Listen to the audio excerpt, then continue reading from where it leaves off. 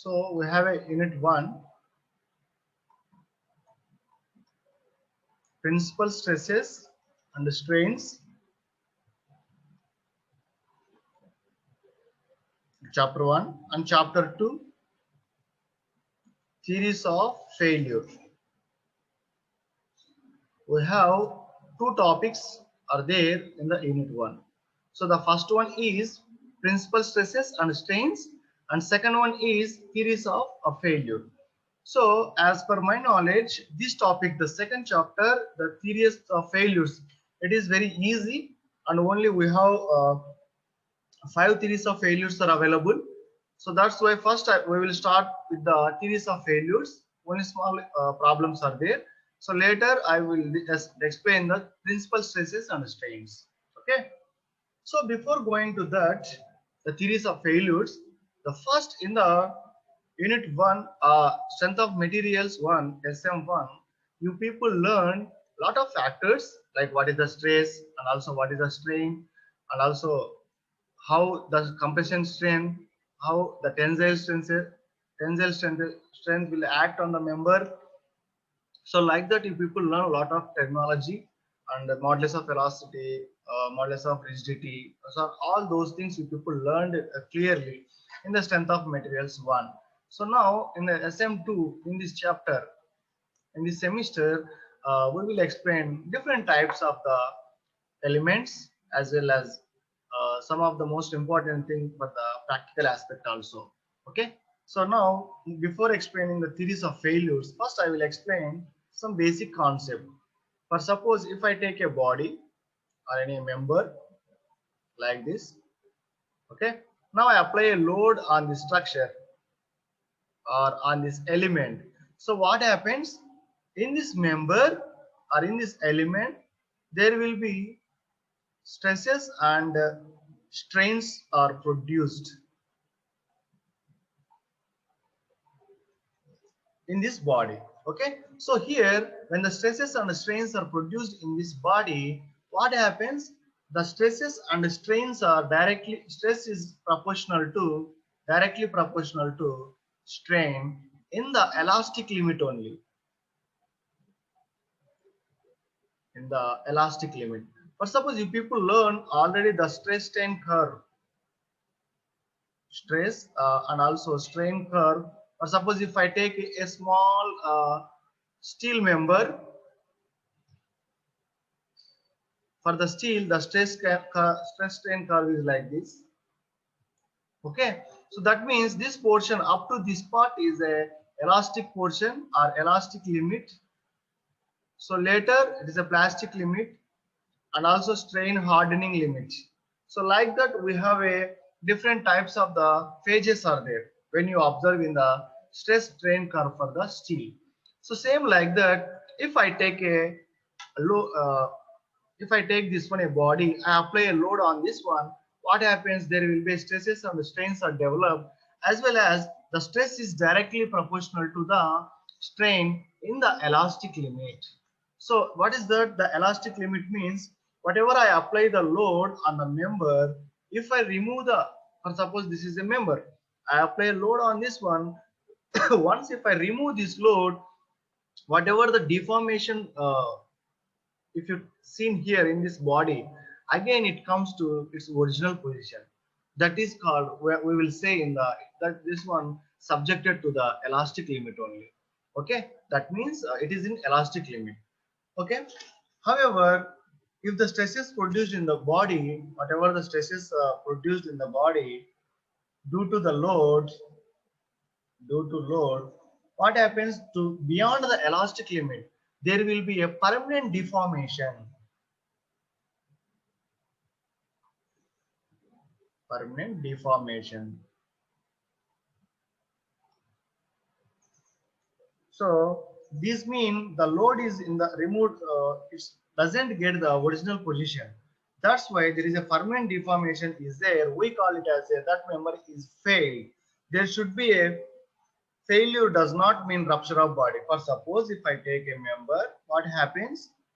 If I apply a load on this one and it will go like this. There is a deformation. Okay. Again, if I remove it is a load P.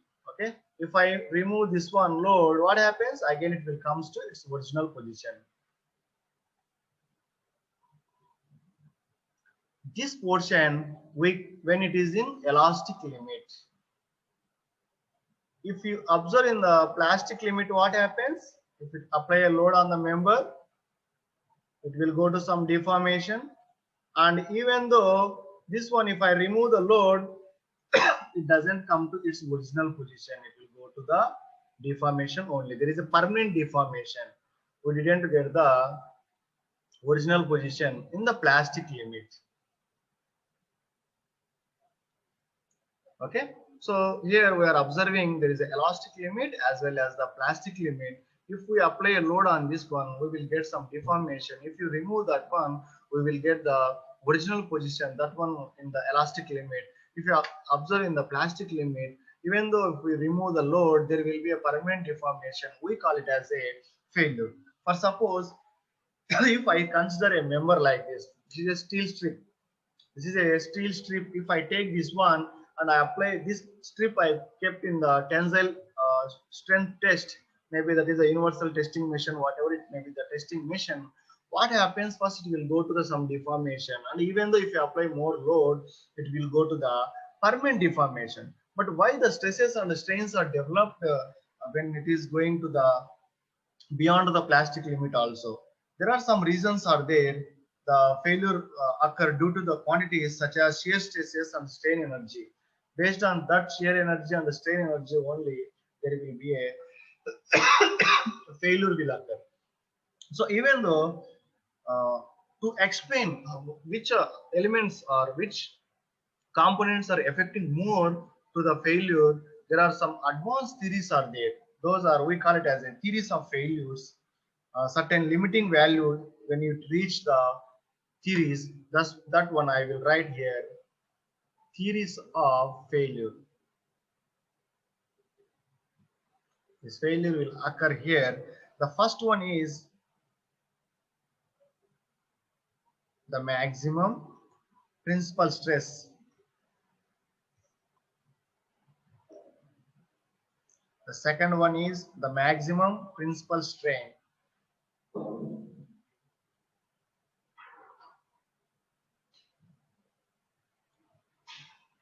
The maximum shear stress.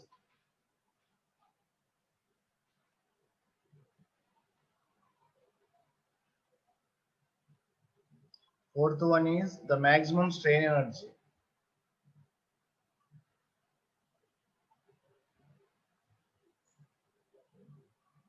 The fifth one is the maximum shear strain energy.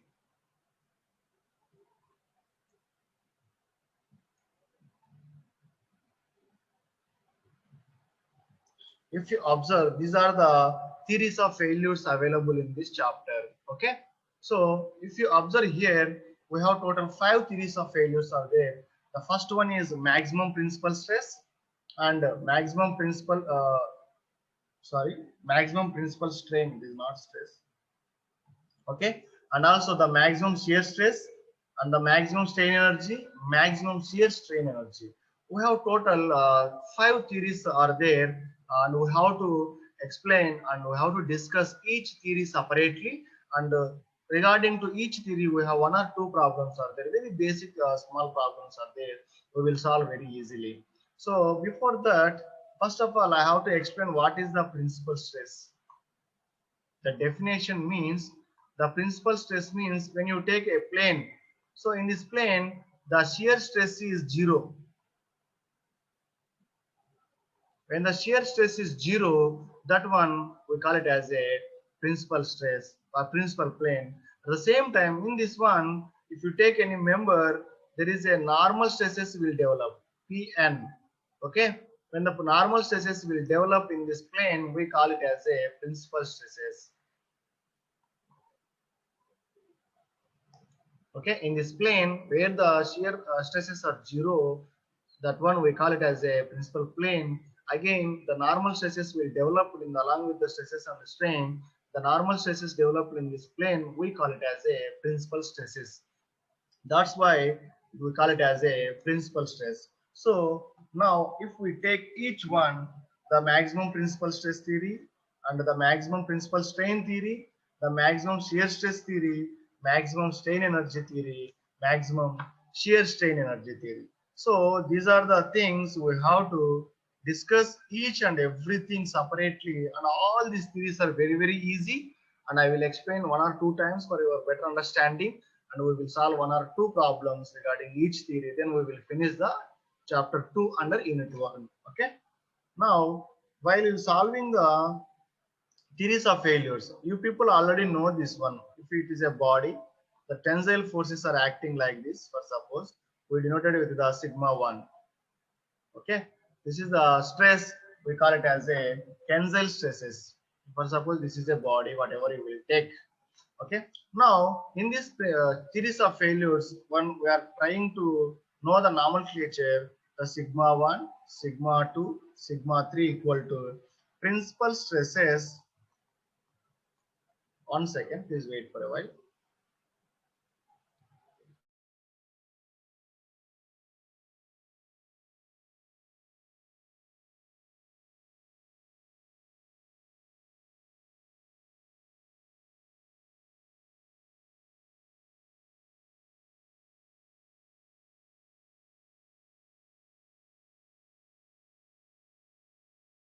So if you observe here, I am writing here the sigma 1, sigma 2 and also sigma 3. These are the principal stresses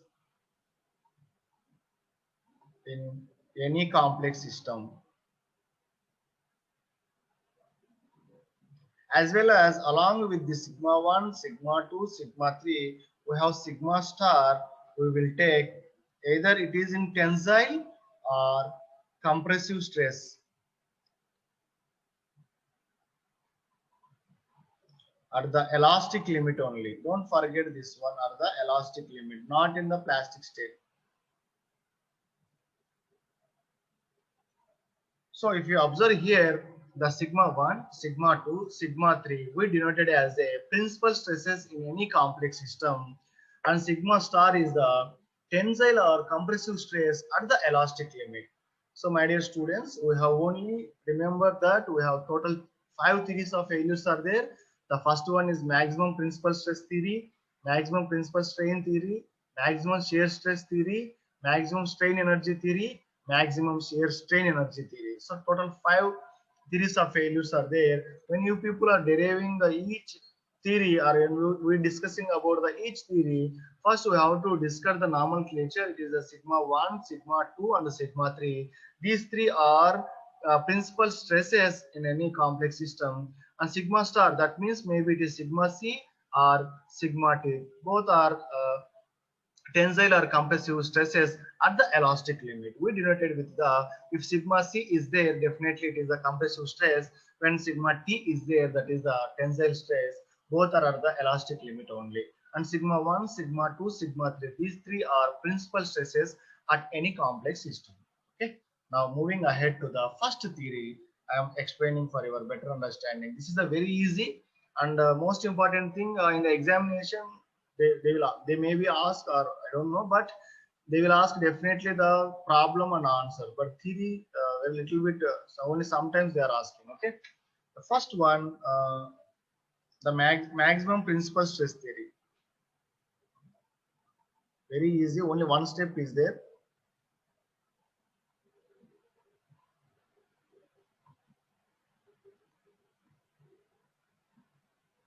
So if you observe here, the maximum principal stress theory.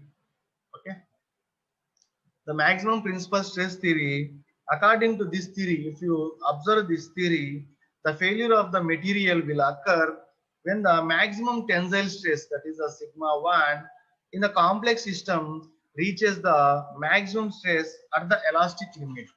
That means what the theory of principal stress is saying, the failure of the material, if you take the failure, if it is a material and apply a load, there will be a failure. That means there will be a break. So when the failure will occur, when the maximum principal stress in the complex system, it reaches the maximum stress at elastic limit in simple tensile or maximum principal stress. Okay. So if you observe here, the maximum principal stress theory, what happens when you apply a load on the member or element, it will be a failure. Definitely the failure. The failure will occur. The maximum principal stress, whatever the stress we know already, I told you already, when the normal stress is applied in the plane. So that one we call it as a principal stresses. This maximum principal stress reaches the maximum stress at the elastic limit in the tensile stress or maximum principal stress, whatever it may be. That one we will take the consideration. Or suppose under this theory, what happens? I will explain clearly. So let us we take a complex system. Now in this sigma 1, sorry, wait for while, yes, sigma 1 and also sigma 2, sigma 3. I already told you these three are principal stresses at a point in three perpendicular directions.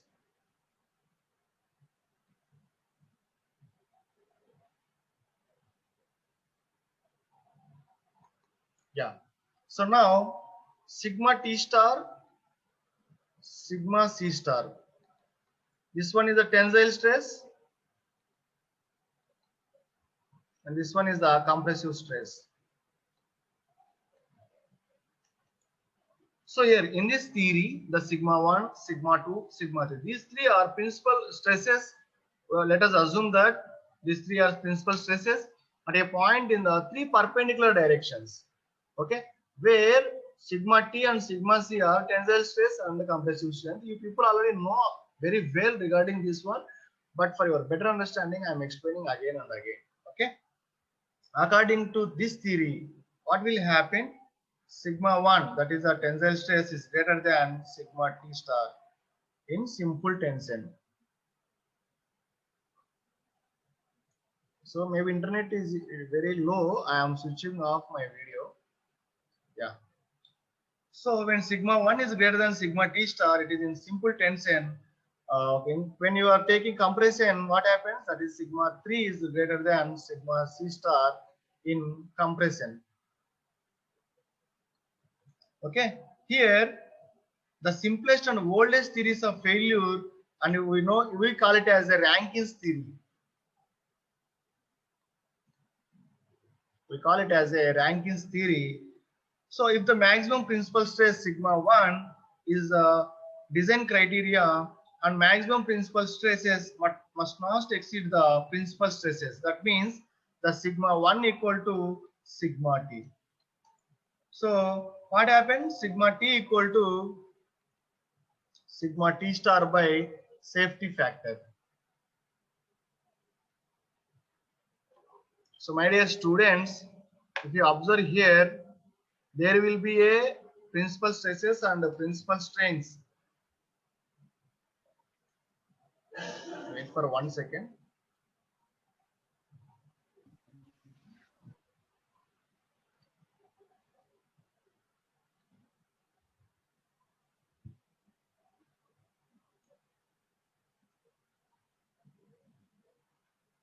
Yeah. If you observe here, sigma 1 is greater than sigma T in the simple tension. Sigma 3 is greater than sigma C is in the simple compression. So this one is, it is the oldest theory, maximum principal stress theory. We call it as a Rankine's theory. So here what happens, the maximum stress whatever we are getting, that one is equal to the tensile stress whatever we got in the